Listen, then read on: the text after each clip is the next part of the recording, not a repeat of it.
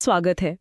आज हम हिमांशी सिंह के बाल विकास और शिक्षण शास्त्र यानी कि चाइल्ड डेवलपमेंट एंड पेडागोजी वाले नोट्स को जरा गहराई से देख रहे हैं। हाँ बिल्कुल, ये नोट्स काफी व्यापक हैं और विषय भी ऐसा है जो हर टीचर, पेरेंट या सीखने सिखाने से जुड़े व्यक्ति के लिए अहम है। सही कहा।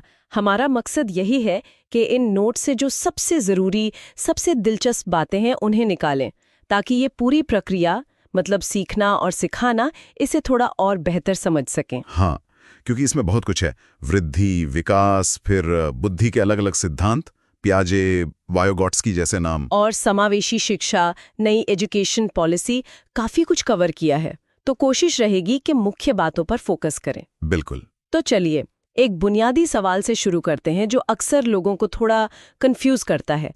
वृद्धि यानी ग्रोथ और विकास यानी डेवलपमेंट, इनमें आखिर फर्क क्या है? सुनने में तो काफी मिलते जुलते लगते हैं। हाँ लगते हैं, पर हैं काफी अलग।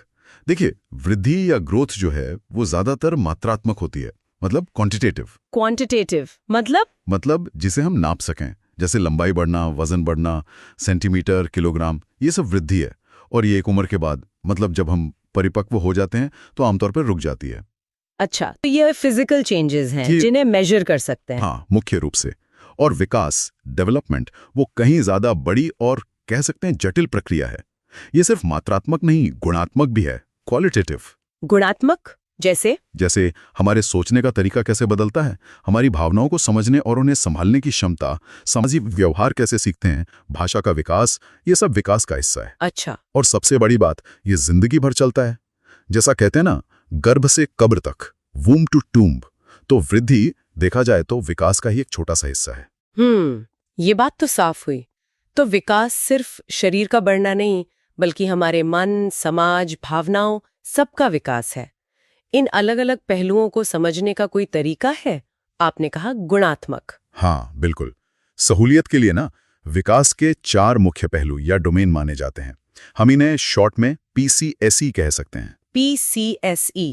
हाँ, P मतलब फिजिकल, शारीरिक, C मतलब कॉग्निटिव, संज्ञानात्मक यानी सोचने समझने से जुड़ा, S मतलब सोशल, सामाजिक, और E मतलब इमोशनल, भावनात्मक। Physical, cognitive, social, emotional, PCSE। जी, और ये याद रखना बहुत जरूरी है कि ये चारों अलग अलग डिब्बे नहीं हैं।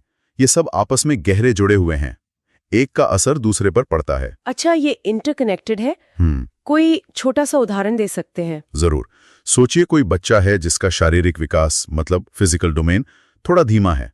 शायद वो दौड़ने कूदने में थोड़ा झिझकता हो। हाँ। तो हो सकता है कि वो दूसरे बच्चों के साथ खेलने में यानी सोशल इंटरेक्शन में थोड़ा पीछे रह जाए।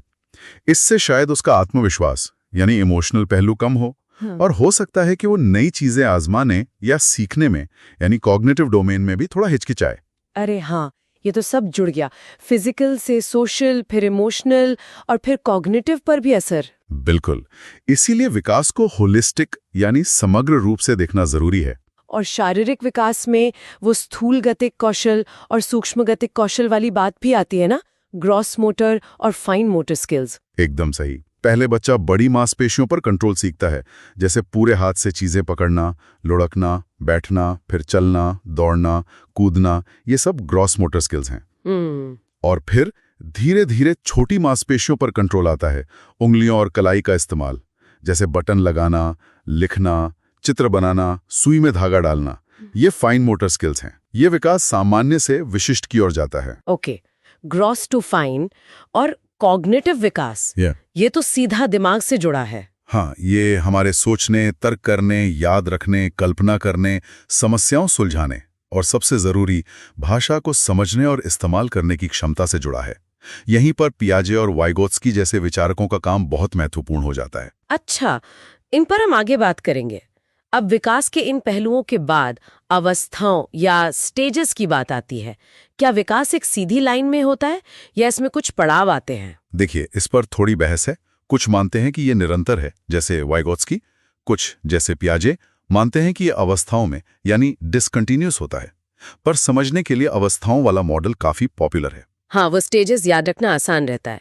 कौन कौन सी मुख्य अवस्थाएं हैं? सबसे पहले शैशवावस्था यानी इन्फेंसी, जन्म से लेकर करीब 2 साल तक।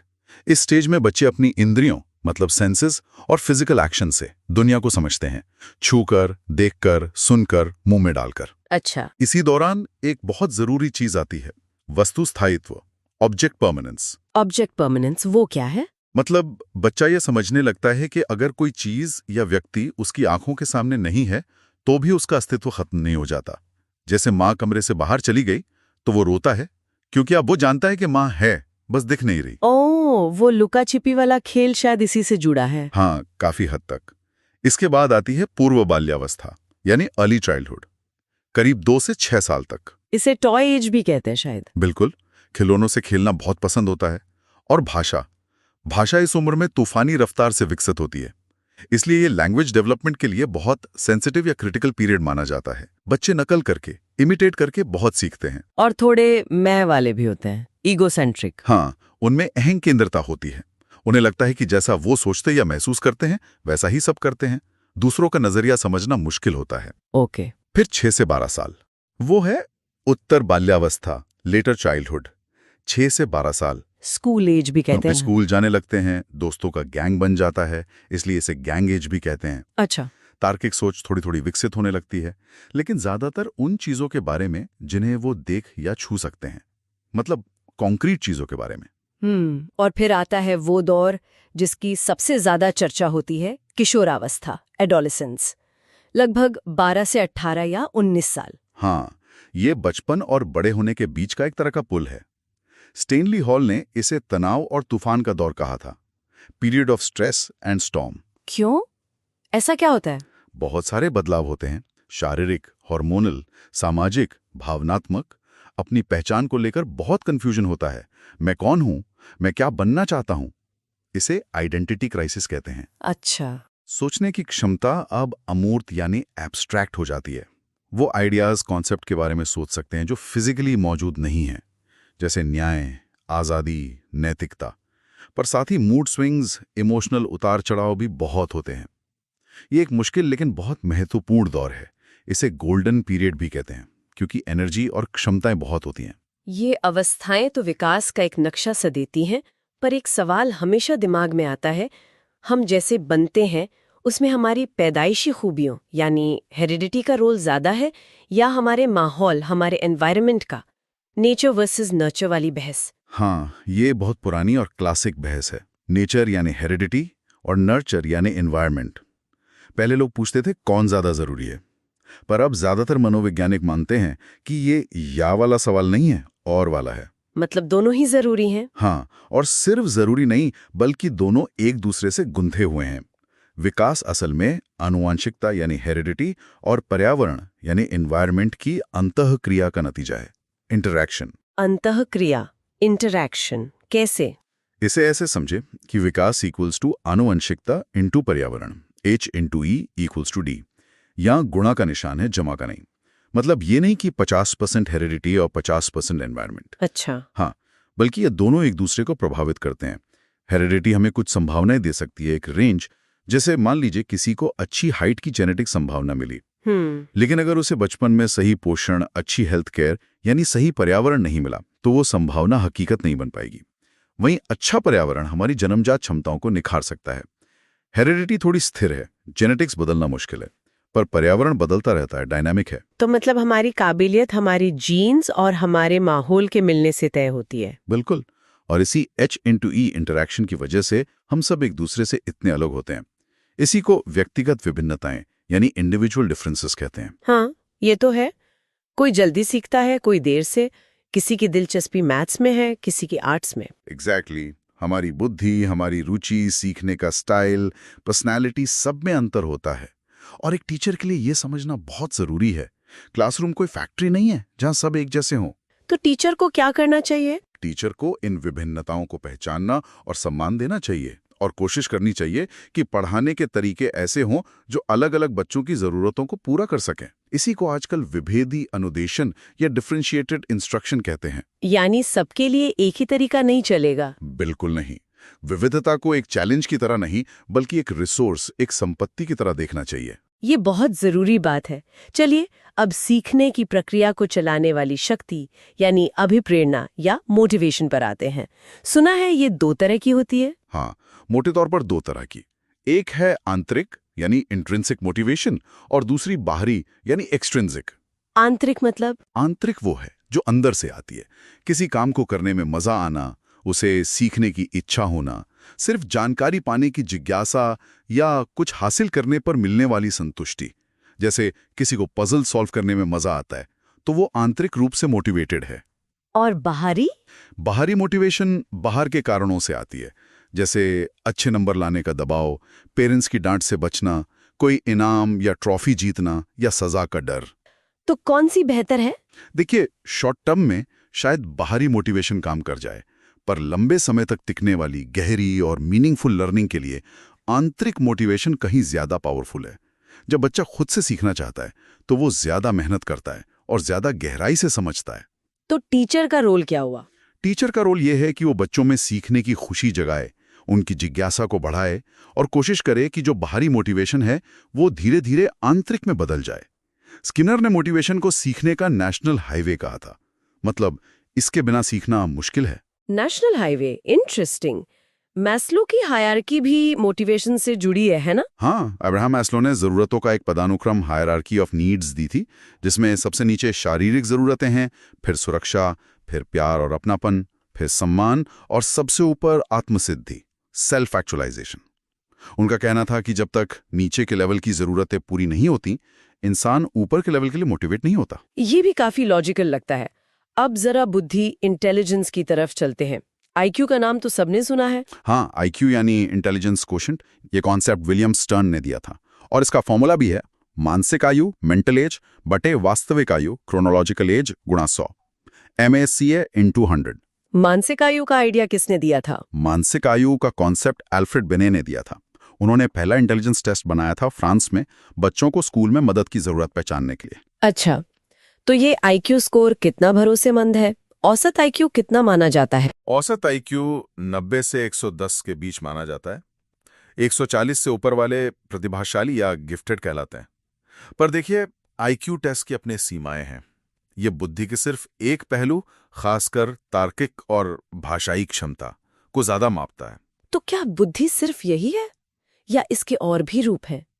हार्वर्ड गार्डनर की मल्टीपल इंटेलिजेंस थियरी ने तो काफी कुछ बदला है। बिल्कुल, हार्वर्ड गार्डनर का बहुबुद्धि सिद्धांत बहुत प्रभावशाली रहा है। उन्होंने कहा कि बुद्धि कोई एक अकेली चीज नहीं है जिसे सिर्फ आईक्यू से माप लें, बल्कि हमारे अंदर कम से कम 8 या 9 तरह की अलग अलग क्षमताएं या बुद्धियां होती हैं। 8-9 तरह की? कौन कौन सी? हाँ, जैसे भाषाई बुद्धि, वर्बल लिंग्विस्टिक, शब्दों का अच्छा इस्तेमाल करने वाले जैसे कवि, लेखक, वकील। हाँ। तार्किक गणितीय बुद्धि, लॉजिकल मैथमेटिकल, तर्क, नंबर और पैटर्न समझने वाले जैसे वैज्ञानिक, गणितज्ञ। अच्छा। स्थानिक बुद्धि, विजुअल स्पेशल, जगह, दिशाओं और विजुअल्स को समझने वाले जैसे आर्किटेक्ट, पेंटर, सर्जन। शारीरिक गतिक बुद्धि, बॉडीली कैनेस्थेटिक, अपने शरीर का कुशलता से इस्तेमाल करने वाले जैसे डांसर, खिलाड़ी, मैकेनिक। संगीतिक बुद्धि, म्यूजिकल, सुर, ताल, लय की अच्छी समझ वाले जैसे संगीतकार, गायक। अंतर्वैयक्तिक बुद्धि, इंटरपर्सनल, दूसरों की भावनाओं, इरादों को समझने वाले जैसे नेता, टीचर, काउंसलर। ओके। अंतरावैयक्तिक बुद्धि, इंट्रापर्सनल, खुद की भावनाओं, कमजोरियों, ताकतों को समझने वाले जैसे दार्शनिक, लेखक। और प्रकृतिवादी बुद्धि, नेचुरलिस्ट, पेड़ पौधों, जानवरों, प्रकृति को अच्छे से समझने वाले जैसे किसान, जीव विज्ञानी। अरे वाह, ये तो बहुत सारी हो गई। इसका मतलब तो ये हुआ कि अगर कोई बच्चा स्कूल के पढ़ाई में मतलब लिखने पढ़ने या मैथ्स में बहुत अच्छा नहीं है, तो हो सकता है उसमें किसी और तरह की बुद्धि बहुत ज्यादा हो। शायद वो स्पोर्ट्स में कमाल का हो, या म्यूजिक में, या लोगों को समझने में। सही बात है। गार्डनर का ये सिद्धांत तो टीचर्स और पेरेंट्स के लिए बहुत जरूरी है। ये हमें सिखाता है कि हर बच्चा अलग है और हमें अलग अलग तरह की प्रतिभाओं को पहचानना और उन्हें बढ़ावा देना चाहिए। बिल्कुल, यही इस सिद्धांत का सबसे बड़ा योगदान है। स्टर्नबर्ग ने भी एक त्रिबुद्धि सिद्धांत दिया था, ट्रायॉर्किक थ्योरी। उसमें क्या था? उसमें 3 तरह की बुद्धि बताई। विश्लेषणात्मक, एनालिटिकल, जो स्कूल की पढ़ाई, प्रॉब्लम सॉल्विंग में काम आती है। सृजनात्मक, क्रिएटिव, जो नए आइडिया सोचने, कुछ नया बनाने में मदद करती है। और व्यवहारिक, प्रैक्टिकल, जो रोजमर्रा की जिंदगी की समस्याएं सुलझाने, स्ट्रीट स्मार्ट होने में काम आती है। तो कुल मिलाकर बुद्धि को सिर्फ एक नंबर या एक टेस्ट से नहीं समझा जा सकता। बिल्कुल नहीं, ये बहुत बहुआयामी है। और सृजनात्मकता यानी क्रिएटिविटी का बुद्धि से क्या लेना देना है?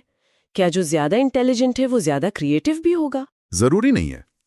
एक पॉजिटिव रिलेशन जरूर देखा गया है, मतलब थोड़ी बहुत इंटेलिजेंस क्रिएटिविटी के लिए चाहिए, पर ऐसा बिल्कुल नहीं है कि हर हाई आईक्यू वाला व्यक्ति बहुत क्रिएटिव हो। ऐसा क्यों? क्योंकि क्रिएटिविटी ज्यादातर अपसारी चिंतन यानी डाइवर्जेंट थिंकिंग से जुड़ी है। Divergent thinking? हाँ, मतलब एक प्रॉब्लम के बहुत सारे अलग अलग नए अनोखे हल सोचना, आउट ऑफ द बॉक्स सोचना। जबकि ट्रेडिशनल इंटेलिजेंस टेस्ट ज्यादातर अभिसारी चिंतन यानी कन्वर्जेंट थिंकिंग को मापते हैं, मतलब दिए गए विकल्पों में से एक सही जवाब ढूंढना। अच्छा, तो क्रिएटिविटी में नए आइडियाज जरूरी हैं। हाँ, क्रिएटिविटी के कुछ तत्व माने जाते हैं FFEO: फ्लुएंसी विचारों का प्रवाह, फ्लेक्सिबिलिटी अलग अलग तरह के विचार, ओरिजिनलिटी मौलिकता नयापन, और इलैबोरेशन विचार को विस्तार देना। FFOE, fluency, flexibility, originality, elaboration. Interesting. ये बुद्धि और क्रिएटिविटी की बातें तो बहुत दिलचस्प है। अब उन दो बड़े नामों पर आते हैं जिन्होंने बच्चों के सोचने के तरीके को समझने में, मतलब कॉग्निटिव डेवलपमेंट में क्रांति ला दी। जीन पियाजे और लेव वाइगोत्स्की। हाँ, ये दोनों बहुत महत्वपूर्ण है। पहले पियाजे की बात करते हैं। स्विट्जरलैंड के थे ये, है ना? हाँ। इनका मेन आइडिया क्या था? हाँ, जीन पियाजे। उनका मानना था कि बच्चे दुनिया के बारे में अपनी समझ खुद बनाते हैं। वो खाली स्लेट नहीं होते जिन पर हम ज्ञान लिख दें, बल्कि वो नन्हे वैज्ञानिक होते हैं जो अपने आसपास की दुनिया को सक्रिय रूप से एक्सप्लोर करते हैं, प्रयोग करते हैं और सीखते हैं। Active constructors of knowledge. बिल्कुल। उन्होंने स्कीमा का कॉन्सेप्ट दिया। स्कीमा मतलब हमारे दिमाग में जानकारी को ऑर्गेनाइज करने के मानसिक स्ट्रक्चर या खाके। जैसे हमारे दिमाग में कुत्ता का एक स्कीमा होता है, 4 पैर, पूंछ, भौंकता है। अच्छा, और बच्चे सीखते कैसे हैं इन स्कीमास से? पियाजे ने क्या कहा? पियाजे ने सीखने की प्रक्रिया को अनुकूलन, अडैप्टेशन कहा। इसमें 2 प्रोसेस होते हैं। पहला है आत्मसातकरण, असिमिलेशन। हाँ, जब हम कोई नई जानकारी या अनुभव को अपने मौजूदा स्कीमा में फिट कर लेते हैं। जैसे बच्चे ने पहली बार बिल्ली देखी जिसके भी 4 पैर और पूंछ हैं, तो उसने उसे अपने कुत्ता वाले स्कीमा में फिट करके कुत्ता कह दिया। ओके। और दूसरा है समायोजन, अकोमोडेशन। जब नई जानकारी पुराने स्कीमा में फिट नहीं होती तो हमें अपना स्कीमा बदलना या नया बनाना पड़ता है। जैसे जब बच्चे को बताया गया कि ये बिल्ली है, कुत्ता नहीं, तो उसने अपने 4 पैर वाले जानवर के स्कीमा को बदला और कुत्ता और बिल्ली के लिए अलग स्कीमा बनाए। अच्छा, तो एसिमिलेशन और अकोमोडेशन से हम सीखते हैं। हाँ, और इन दोनों के बीच संतुलन बनाने की प्रक्रिया को उन्होंने संतुलन या इक्विलिब्रेशन कहा। यही सीखने को आगे बढ़ाता है। पियाजे ने विकास की 4 अवस्थाएं भी बताई थी ना? हाँ। हम उन पर पहले भी थोड़ी बात कर चुके हैं, संक्षेप में बता सकते हैं। हाँ, उन्होंने माना कि विकास अवस्थाओं में होता है, मतलब डिसकंटिन्यूअस है।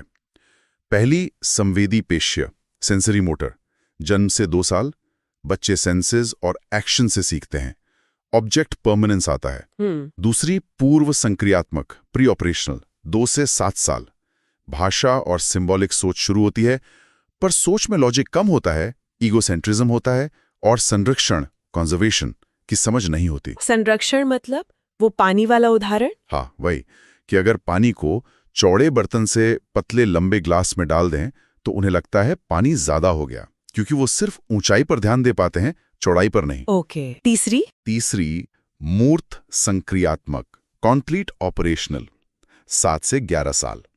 अब बच्चे लॉजिकली सोचने लगते हैं, पर ज्यादातर उन चीजों के बारे में जिन्हें वो देख छू सकते हैं, कॉन्क्रीट। संरक्षण, क्लासिफिकेशन, वर्गीकरण, सीरिएशन, क्रम में लगाना, ये सब समझ जाते हैं। और चौथी औपचारिक संक्रियात्मक, फॉर्मल ऑपरेशनल, 11 साल के बाद। अब किशोर एब्स्ट्रैक्ट चीजों के बारे में सोच सकते हैं, हाइपोथेटिकल सिचुएशन समझ सकते हैं, वैज्ञानिक तरीके से तर्क कर सकते हैं। तो पियाजे का फोकस बच्चे की अपनी खोज और मेंटल प्रोसेस पर ज्यादा है। हाँ, इंडिविजुअल कंस्ट्रक्शन पर। अब आते हैं लेव वाइगोत्स्की पर। वो रूस के थे और उनका नजरिया पियाजे से काफी अलग था, है ना? हाँ, वाइगोत्स्की एक सामाजिक रचनावादी थे। उनका मानना था कि बच्चे का सीखना और सोचना अकेले में नहीं होता, बल्कि समाज, संस्कृति और दूसरों के साथ बातचीत यानी सोशल इंटरैक्शन से होता है। Social interaction? हाँ, उन्होंने कहा कि हमारे सोचने के तरीके पर हमारी संस्कृति और भाषा का गहरा असर पड़ता है। भाषा सिर्फ कम्युनिकेशन का टूल नहीं, बल्कि सोचने का भी एक महत्वपूर्ण औजार है। ये पियाजे से अलग कैसे है? पियाजे मानते थे कि पहले विचार आता है, फिर भाषा उसे व्यक्त करती है।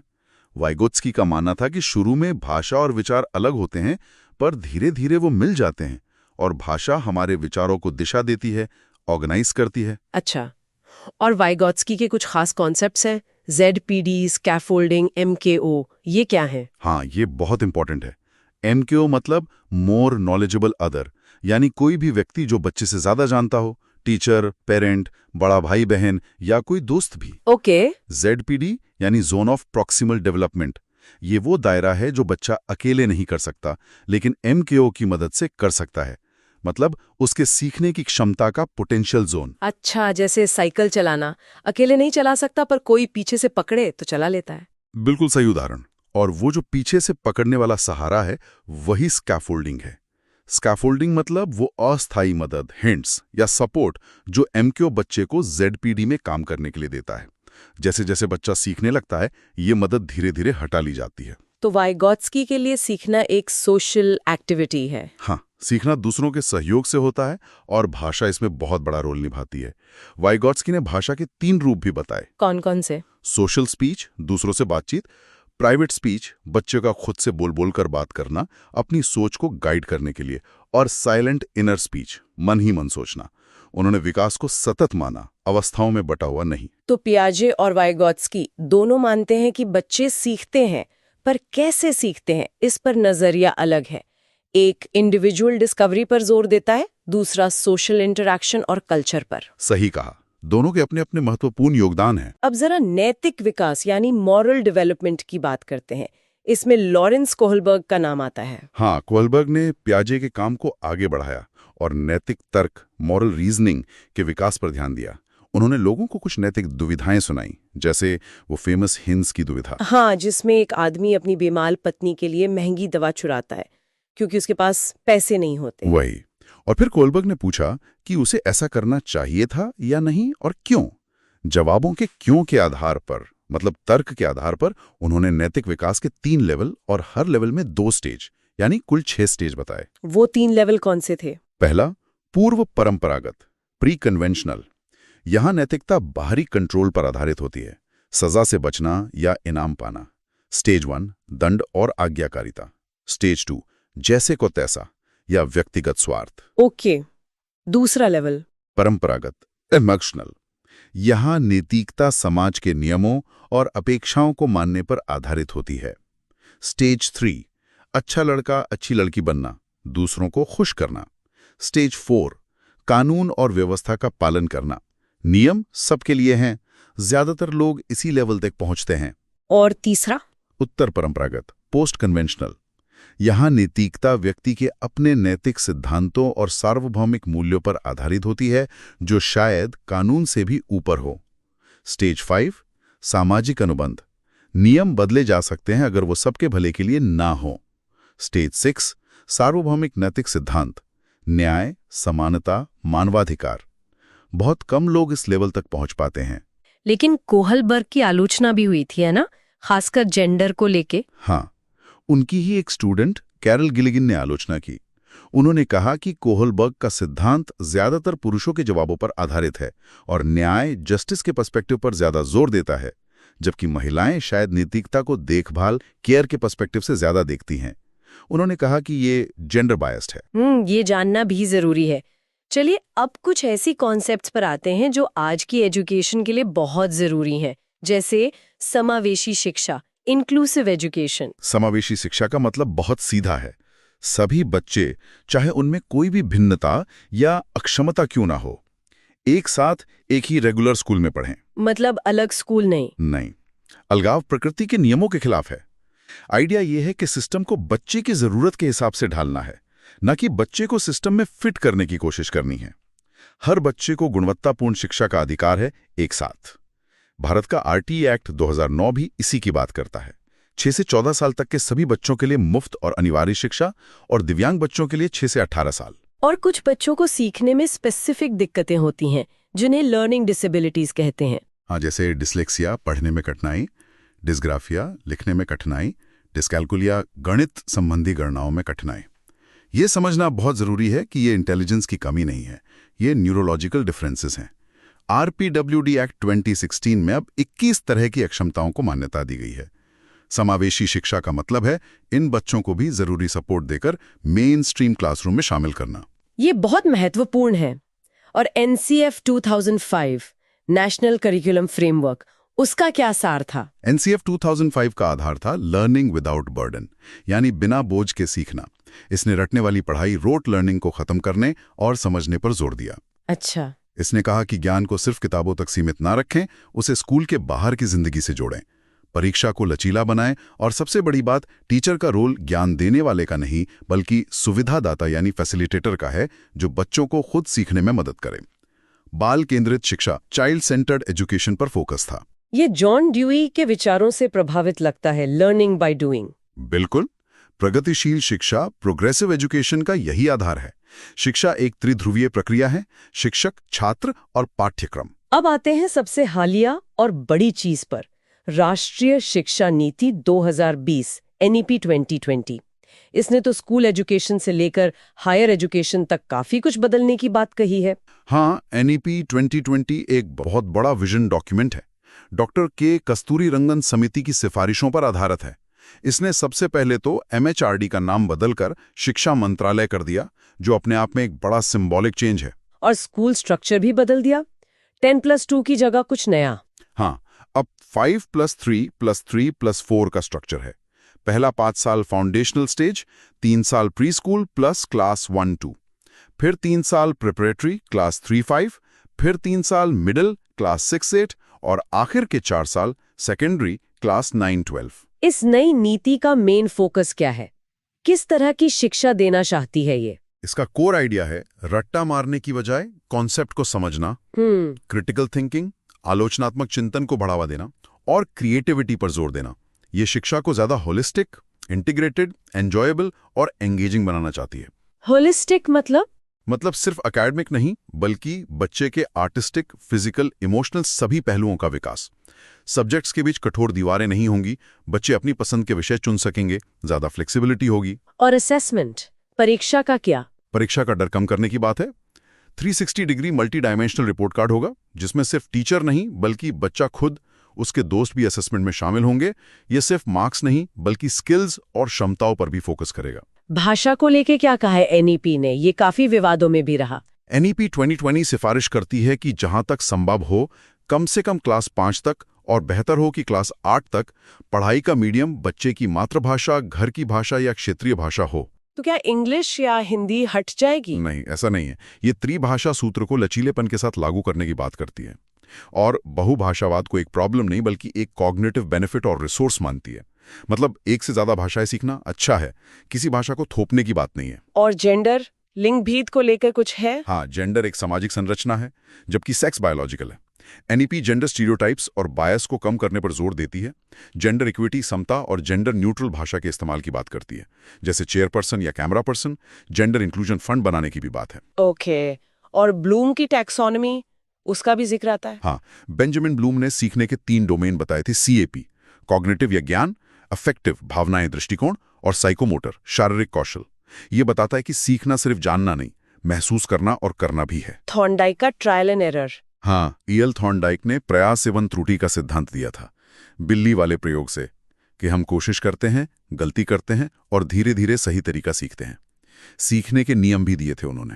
चलिए अब बिल्कुल आखिर में आते हैं, 21वीं सदी के कौशल और एक फैंसी सा शब्द, परासंज्ञान, मेटाकॉग्निशन। हाँ, 21वीं सदी के कौशल वो स्किल्स हैं जो आज की दुनिया में सफल होने के लिए जरूरी मानी जाती हैं, जैसे 4 C's, critical thinking, creativity, collaboration, मिलकर काम करना और कम्युनिकेशन, बातचीत। इनके अलावा digital literacy, problem solving, flexibility, leadership, ये सब। और मेटाकॉग्निशन, ये क्या बला है? मेटाकॉग्निशन का सीधा सा मतलब है अपनी सोच के बारे में सोचना, थिंकिंग अबाउट थिंकिंग, या सीखने के बारे में सीखना, लर्निंग हाउ टू लर्न। अपनी सोच के बारे में सोचना कैसे?